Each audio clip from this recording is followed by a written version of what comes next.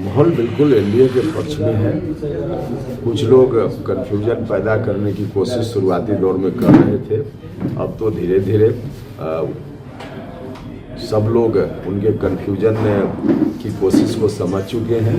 इसलिए एक तरफा माहौल एनडीए के पक्ष में मजबूती से है पूरे लोकसभा क्षेत्र में। और देखिएगा 4 तारीख को जब गिनती होगी तो पता चलेगा। चारों तरफ एनडीए एनडीए एनडीए है। नमस्कार, देख रहे हैं आप सिटी पोस्ट लाइव और मैं हूं आपके साथ पूजा शर्मा। काराकाट लोकसभा सीट अब हॉट सीट बन चुका है। आपको बता दें कि जो मुकाबला है वो त्रिकोणीय मुकाबला है काराकाट लोकसभा सीट से, जहां एक ओर एनडीए प्रत्याशी उपेंद्र कुशवाहा चुनावी मैदान में है, तो वहीं दूसरी ओर महागठबंधन ने राजाराम सिंह को चुनावी मैदान में उतारा है। तो वहीं भोजपुरी के पावर स्टार कहे जाने वाले पवन सिंह भी इस बार काराकाट लोकसभा सीट से चुनाव लड़ रहे हैं। ऐसे में यह देखना काफी दिलचस्प होगा कि कौन बाजी मारता है। उपेंद्र कुशवाहा का भविष्य क्या होता है यह तो 4 जून को ही पता चलेगा। क्या पवन सिंह मात दे पाते हैं या नहीं उपेंद्र कुशवाहा को, यह तो 4 जून को पता चलेगा। लेकिन उससे पहले जो उपेंद्र कुशवाहा ने भविष्यवाणी की थी पवन सिंह को लेकर, वो अब सत्य साबित हो गई। उपेंद्र कुशवाहा ने कहा था कि बीजेपी पवन सिंह पर एक्शन लेगी और ठीक ऐसा ही हुआ। पवन सिंह पर बीजेपी ने एक्शन लिया, जिसके बाद से बड़ा बयान सामने आया है।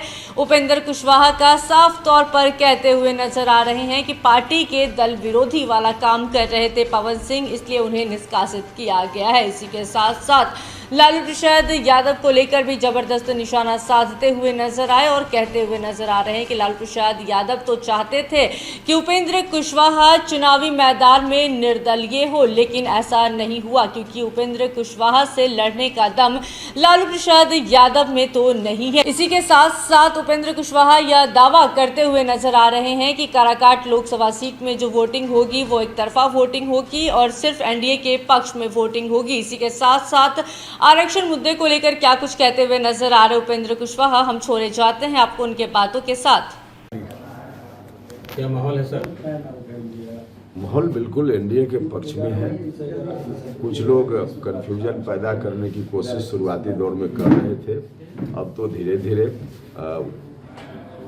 सब लोग उनके कन्फ्यूजन की कोशिश को समझ चुके हैं। इसलिए एक तरफा माहौल एनडीए के पक्ष में मजबूती से है पूरे लोकसभा क्षेत्र में। और देखिएगा 4 तारीख को जब गिनती होगी तो पता चलेगा। चारों तरफ एनडीए एनडीए एनडीए है। क्षेत्र में चल रहे हैं आप, पूरा कवर हो गया है कि कुछ बाकी है? देखिए, पूरा कवर होने जैसा तो कभी हो नहीं सकता है। 2000 से ज़्यादा गांव है, तो सभी गांव में हर टोला में हर व्यक्ति तक आदमी पहुंच जाए, यह कहाँ संभव है। जबकि लोगों की अपेक्षा तो रहती है कि हमारे यहाँ है, हमारे यहाँ है। कोशिश लगातार हम लोग कर रहे हैं, लेकिन सभी जगह तक पहुँचना संभव नहीं है। फिर भी कोशिश है कि अधिक से अधिक जगह तक हम लोग पहुँचे। देवकुंड में आप केंद्रीय विद्यालय खोलने की कोशिश किए थे। केंद्रीय विद्यालय खोलने की कोशिश हम किए और भारत सरकार में तब हम मंत्री थे।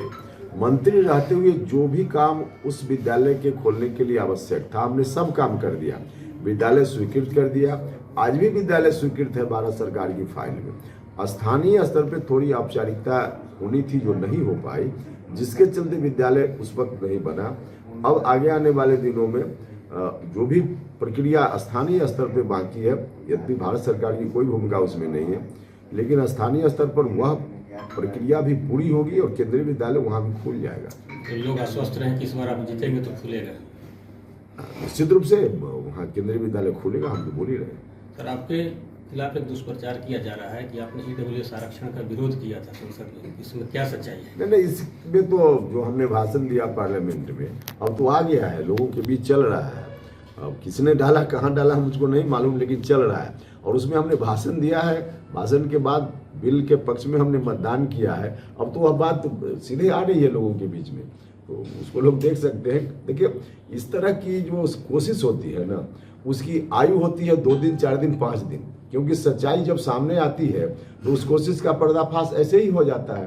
तो जिसकी चर्चा आप कर रहे हैं, लोगों ने कोशिश जरूर की, लेकिन कहीं से किसी ने डाल दिया पार्लियामेंट में जो हमारा स्पीच है, और पार्लियामेंट में जो स्पीच है वो तो पब्लिक डोमेन में है ना, तो किसी ने डाल दिया और सब लोग देख रहे हैं। तो अब स्थिति बिल्कुल साफ है कि हमने विरोध नहीं बल्कि पक्ष में मतदान किया था।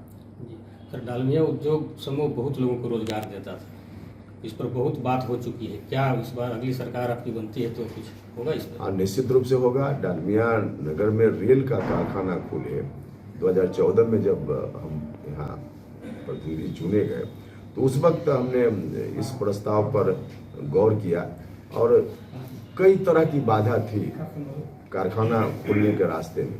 उन तमाम बाधाओं को धीरे धीरे हमने दूर कर दिया। उसी वक्त सारी स्थिति मतलब शिलान्यास तक की स्थिति तक उसको हमने पहुंचा दिया। लेकिन अब आज की तारीख में हम 5 साल से यहाँ प्रतिनिधि नहीं है। हमने पता किया है, पता चला कि जहां हम छोड़ कर गए थे वहीं का वहीं वह प्रस्ताव पड़ा हुआ है। तो इस बार मौका मिलेगा तो सारी बाधाएं पहले से दूर की जा चुकी है, तो इस बार सीधे शिलान्यास का काम होगा और इसी कार्यकाल में वह काम पूरा भी होगा, लोगों को रोजगार मिलेगा। काराकाट क्षेत्र में कई जगह वोट बहिष्कार भी लोग कर रहे हैं, इस पे देखिए, वोट बहिष्कार पूरे प्रदेश में कहीं कहीं से खबर आती है। वोट बहिष्कार किसी समस्या का समाधान नहीं है, लोगों को समझना चाहिए। किनको वोट देना है वो तो उनकी मर्जी है, लेकिन किसी को वोट देंगे, जिताएंगे तभी तो उसके यहाँ कल जाकर के अधिकार पूर्वक कहेंगे कि हमने जिताया है, आप हमारा काम कीजिए। अगर वोट ही नहीं डालेंगे तो जो जीतेगा उसके यहाँ भी उनको कहने जाने में दिक्कत होगी और जो हार जाएगा वो तो हार ही गया। उनके बहिष्कार से चुनाव परिणाम पर कहाँ कोई असर पड़ना है। उनके बहिष्कार से चुनाव अगर रुक जाता तो एक बात है, बहिष्कार लोग करेंगे, लेकिन जिसको जितना है जीत ही जाएगा, हारना है हार जाएगा। तो बहिष्कार किसी समस्या का समाधान नहीं है। वर्तमान में जो एनडीए में जो सांसद है प्रतिनिधि, उनके जगह पर 5 साल रहने में विकास नहीं किए हैं, इस जगह लोग जगह जगह पर विरोध कर रहे हैं। नहीं, इसका मुझसे संबंधित विषय नहीं है। इस पर आप सर ये करें कि आप कहते हैं कि पवन सिंह को लालू यादव भेजे हैं और तेजस्वी यादव कहते हैं कि पवन सिंह को बीजेपी भेजी है। या बीजेपी को क्यों ब्लेम करते हैं? बीजेपी ने तो साफ कर दिया। कुछ लोग बीजेपी को ब्लेम करते थे कि बीजेपी निकाल क्यों नहीं रही है। उस समय भी हम कहते थे कि बीजेपी अब समय से कार्रवाई करेगी और बिल्कुल समय से बीजेपी ने कार्रवाई कर दी है, इसलिए बीजेपी को ब्लेम मत कीजिए। सीधा है, साफ है, हम लोग जानते हैं ना। अंदर की कई तस्वीर भी आई है ना, अब हम उन तस्वीरों को खुद जारी करें मुनासिब नहीं है, लेकिन आप लोगों के पास है। तो लालू जी की साजिश से सीधे तौर पे लालू जी जानते हैं, लालू जी की डायरेक्ट उपेंद्र कुशवाहा से लड़के उपेंद्र कुशवाहा को हम नहीं पराजित कर सकते, इसलिए कुछ और रास्ता इधर उधर से ढूंढते हैं। लेकिन उनको मालूम होना चाहिए कि कोई रास्ता ढूंढ ले, उपेंद्र कुशवाहा के रास्ते में लालू जी तो बाधा नहीं खड़ी करने में सफल नहीं हो पाएंगे। लालू आप ही उनके साथ रह चुके हैं सर।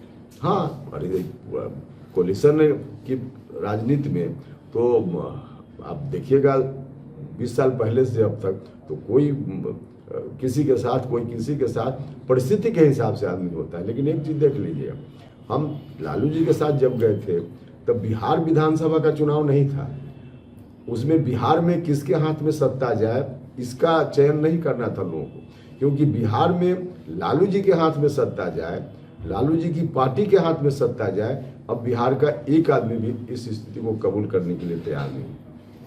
एक चीज़ और जानना चाह रहे हैं सर, जिस जनमानस में जिस तरह से दुष्प्रचार किया जा रहा है कि आखिर मोदी क्यों कहते हैं 400 बार, कहीं ना कहीं संविधान पर खतरा है, इसमें क्या कहेंगे आप? देखिए, फालतू बातें हैं इस तरह की बात। हिंदुस्तान का संविधान डॉक्टर अम्बेडकर का बनाया हुआ संविधान है और इतना मजबूत संविधान है कि दुनिया की कोई ताकत उसको नहीं बदल सकती है। जहाँ तक मोदी जी का सवाल है, मोदी जी ने संविधान को और पुष्ट किया है। बदलने की बात की जो लोग भी इस तरह की चर्चा करते हैं सब फालतू चर्चा करते हैं, उनके पास कोई मुद्दा ही नहीं है, इसलिए चाहते हैं कि कुछ बोलकर लोगों को बरगला दिया जाए, तो इसमें लोग सफल नहीं होंगे। धन्यवाद। चलिए।